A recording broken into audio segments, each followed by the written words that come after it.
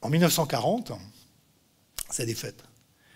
Alors la défaite, elle n'est pas attendue, personne ne s'y attend. Il y a eu les accords de Munich que les Monégasques ont fêtés avec joie. Il y a eu des manifestations de joie ici à Monaco pour dire c'est formidable, il y aura la paix, comme partout. En 1939, les Monégasques s'attendent à la guerre parce qu'on attend effectivement de les évacuer dans le sud de la France. J'ai commencé il y a 17 ans en écrivant un ouvrage qui s'appelait Un rocher bien occupé, qui à l'époque avait été extrêmement mal vécu par la principauté tout entière et en particulier par le prince.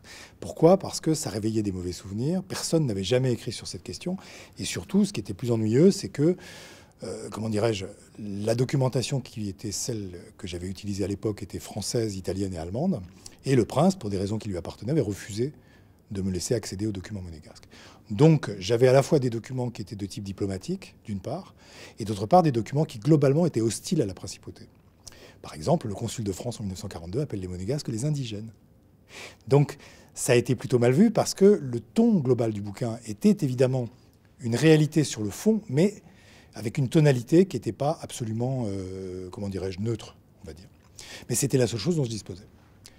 Le livre d'aujourd'hui est tout à fait différent, en ce sens que le prince Albert a voulu qu'on solde la question de la Seconde Guerre mondiale.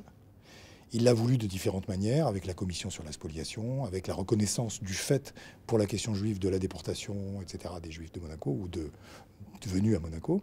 Et il a souhaité que la question historique soit mise à plat, et cette fois-ci en ouvrant au contraire les archives monégasques. Donc il m'a autorisé sans réserve, comme on dit, l'intégralité des archives de la principauté, et donc j'ai pu consulter cette fois-ci des documents qui étaient d'une toute autre tonalité. Ça n'a pas changé vraiment sur le fond, mais la tonalité était tout à fait différente. Le principe qui a été adopté était un livre illustré, richement illustré, dans lequel vous avez près de 400 illustrations, composé de documents, de photographies, dont pour l'essentiel des inédits, presque complètement. Moi, j'ai retrouvé, avec l'aide de Sylvie Ruot au Palais Princier, près de 4000 photographies, qui viennent à la fois du Palais, du Fonds régional, de la SBM, des personnes privées, et puis des objets, un obus, des mitraillettes, ce genre de choses qu'on a trouvées chez les gens.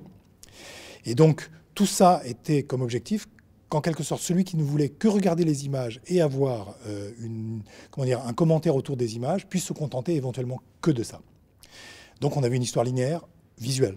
Puis de l'autre côté, le texte devait être un texte donc accessible, avec beaucoup de témoignages.